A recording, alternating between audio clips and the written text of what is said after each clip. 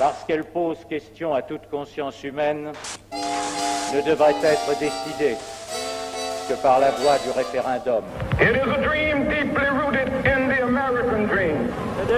Vous savez, le prix que la France attache depuis l'origine de la crise irakienne à l'unité. Avant, j'aimais pas la politique, c'est l'émission qui cherche à vous réconcilier avec la politique. On a peu de temps parce que le 6 décembre prochain, vous êtes appelés à voter pour les élections régionales.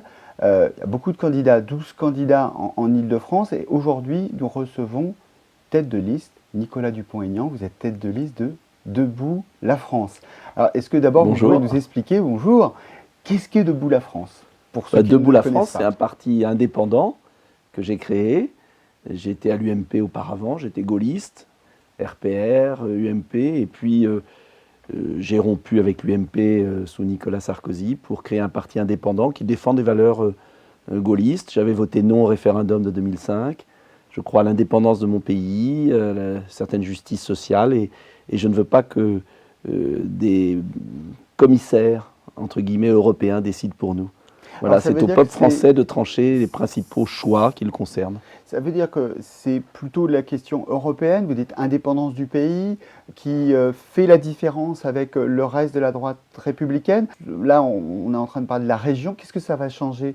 À quoi ça sert de faire de la politique si c'est pour rien changer, si c'est pour gérer des places, si c'est pour avoir un fauteuil? On peut avoir un fauteuil dans beaucoup d'autres endroits en travaillant beaucoup ça veut dire moins que durement. ça repose, c'est une autre éthique. Oui, c'est un autre faire de la comportement politique. Parce que je suis maire. Mhm. D'ailleurs, je suis le seul tête de liste en Ile-de-France qui est maire d'une ville de banlieue. Hier, dans l'Essonne, je suis élu depuis 20 ans. Et je sais qu'on peut changer les choses avec la politique. Et moi, j'ai changé ma ville, j'ai bouleversé. On l'a redressé, je suis élu, c'est pas pour me vanter, mais je suis un de ceux qui est le mieux élu en France. 80% des voix, dans une ville de banlieue de 30 000 habitants. À votre recette, parce que je pense qu'il y a beaucoup de maires qui... Ma recette, vous savez, promettre moins et tenir plus. Chaque chose que j'ai toujours promis, je l'ai tenue. Et les gens le savent. Et j'ai des gens qui votent pour moi. Vous savez, une ville de banlieue de 30 000 habitants qui votait à 65% Mitterrand, vote aujourd'hui à 80%, 3 fois de suite. 2002, 2008, 2014, 80% des voix. Il y a des gens du Parti communiste, du Front National qui votent pour moi. Pas pour moi seul d'ailleurs. C'est une équipe. Et on s'est attaché à une seule chose. Faire, c'est-à-dire agir. Et là, on peut aimer la politique peut-être autrement. Alors après, on ne peut pas partager mes choix. Mais au moins, quand on a dit quelque chose, on l'a fait. Alors pour Ça la change région, beaucoup. si vous êtes président en décembre, Oui. si vous êtes élu, sans promettre tout, parce que vous dites vous promettez peu, mais vous allez agir. Qu'est-ce que qu'est-ce qui va être changé Je vais vous pour dire, c'est parce que ça fait justement un certain temps que je suis maire d'une ville. J'ai un RER, le RER-D, de pire en pire. On a eu la direction de la région à gauche, on l'a eu à droite, on a eu des gouvernements de droite, on a eu des gouvernements de gauche. Ça ne les intéresse pas, les problèmes quotidiens. Ah, les grands projets, la mégalomanie, les dizaines de milliards, le super métro du Grand Paris, ils ne sont pas foutus d'entretenir le RER.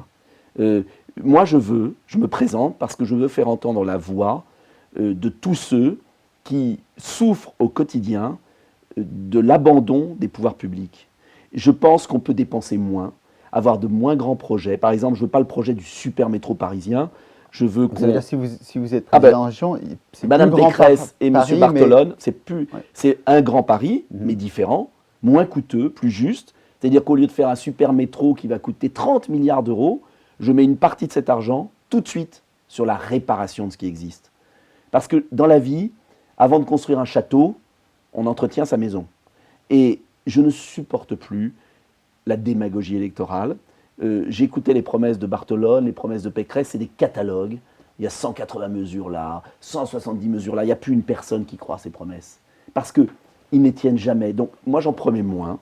Et ce que je veux, c'est qu'on gouverne la région comme on gouverne une ville. Le trottoir, moi je dis toujours l'école ou le trottoir, il n'est pas de gauche ou de droite. Et pourtant, j'ai un engagement fort que tout le monde connaît. Mais il n'est pas de gauche ou de droite. Le RER, il n'est pas de gauche ou de droite. L'agent de sécurité dans le bus, il n'est pas de gauche ou de droite.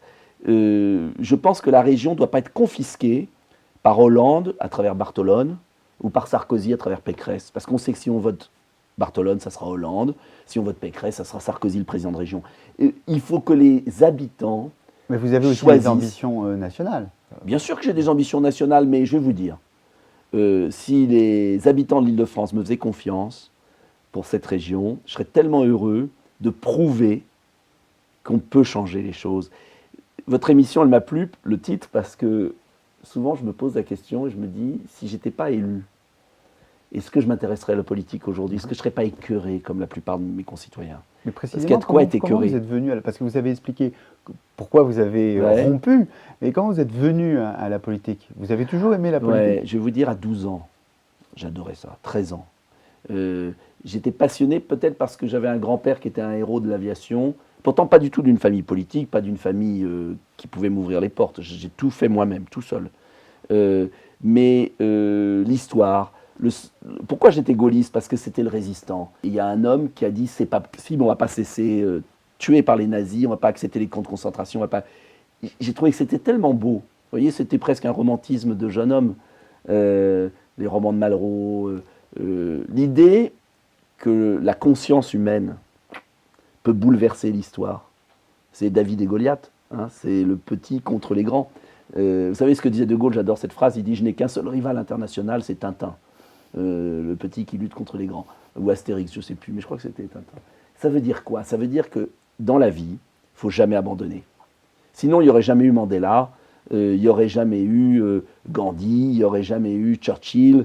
Alors, si vous regardez... je vais vous faire je sais, choisir entre on se moque de moi là-dessus, parce que souvent je parle d'eux, mais je parle de ceux qui ont réussi. Oui, mais vous me faites la transition avec mon questionnaire, parce que j'ai un petit questionnaire à vous poser. Ouais. Pas de bac, hein, il n'y a pas de note à la fin, mais pour mieux vous connaître, le personnage, alors pour le coup, de l'histoire de France que vous préférez? De Gaulle, sans aucun doute. Ou Jeanne d'Arc. Ah. Ou Clémenceau. Ça fait 3. Le Clémenceau c'est les mêmes. De 19... C'est les mêmes. Ouais. Ce sont des gens, quand tout était perdu, qui n'ont pas écouté les lâches, les fuyards, les traîtres, ceux qui préféraient leur petit confort et qui ont défendu un idéal collectif. Alors après, on peut aimer ou pas aimer, mais quand on se sent français pour ses valeurs, la République, la liberté, l'égalité, la fraternité, pour moi, c'est fondamental.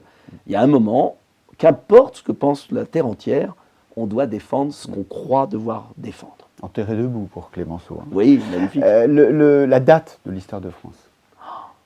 La date de l'histoire de France. Alors à ce moment-là, je prends Jeanne d'Arc et Clémenceau et je prends le 18 juin.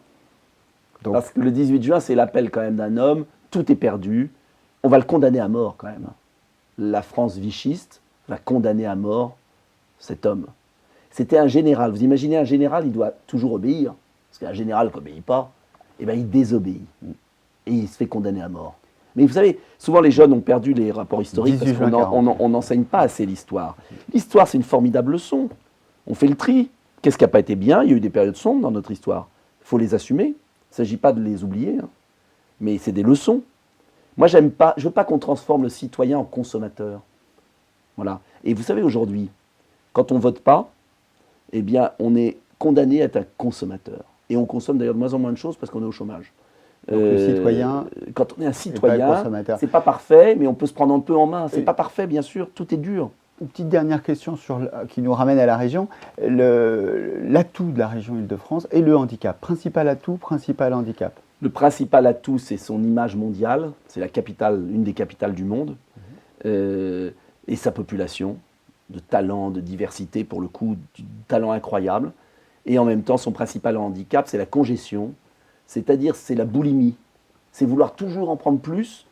Et on est paralysé tellement on est obèse. Il faut savoir partager avec la province. Il faut savoir travailler avec les autres. Il faut savoir mieux répartir les richesses à l'intérieur. Il ne faut pas mettre tous les emplois au même endroit et tous les habitants au même, parce que sinon ça devient invivable. Moi, je veux bien répartir les richesses entre les différents pôles. Tout ne doit pas être à la Défense, c'est pas possible. Et tous les habitants très loin. Moi, je suis dans la banlieue Est. Les gens, 2 heures de transport aller, 2 heures retour, c'est pas une vie. C'est pas une vie. Il faut mettre un peu d'ordre, il faut réguler tout ça. Et enfin, le lieu que vous préférez? En Île-de-France? Ouais, il y en a beaucoup. C'est ma ville. Moi, ma petite fille, quand elle était petite, elle disait il y a 2 villes préférées, c'est Paris et Hyères, ma ville. Donc c'est ma ville, se balader dans ma forêt. Enfin, c'est pas la mienne d'ailleurs, c'est celle de tout le monde. Et puis le Pont des Arts, c'est beau aussi. Nicolas Dupont-Aignan, merci beaucoup d'avoir été notre invité. Pour ce qui nous concerne sur FDM TV, on se retrouve très bientôt. Vous n'êtes pas le seul candidat. Il va y avoir un petit panneau avec l'ensemble des 12 candidats à cette élection pour les régionales Île-de-France. Le premier tour, ne le manquez pas, c'est le 6 décembre. Passez une bonne soirée.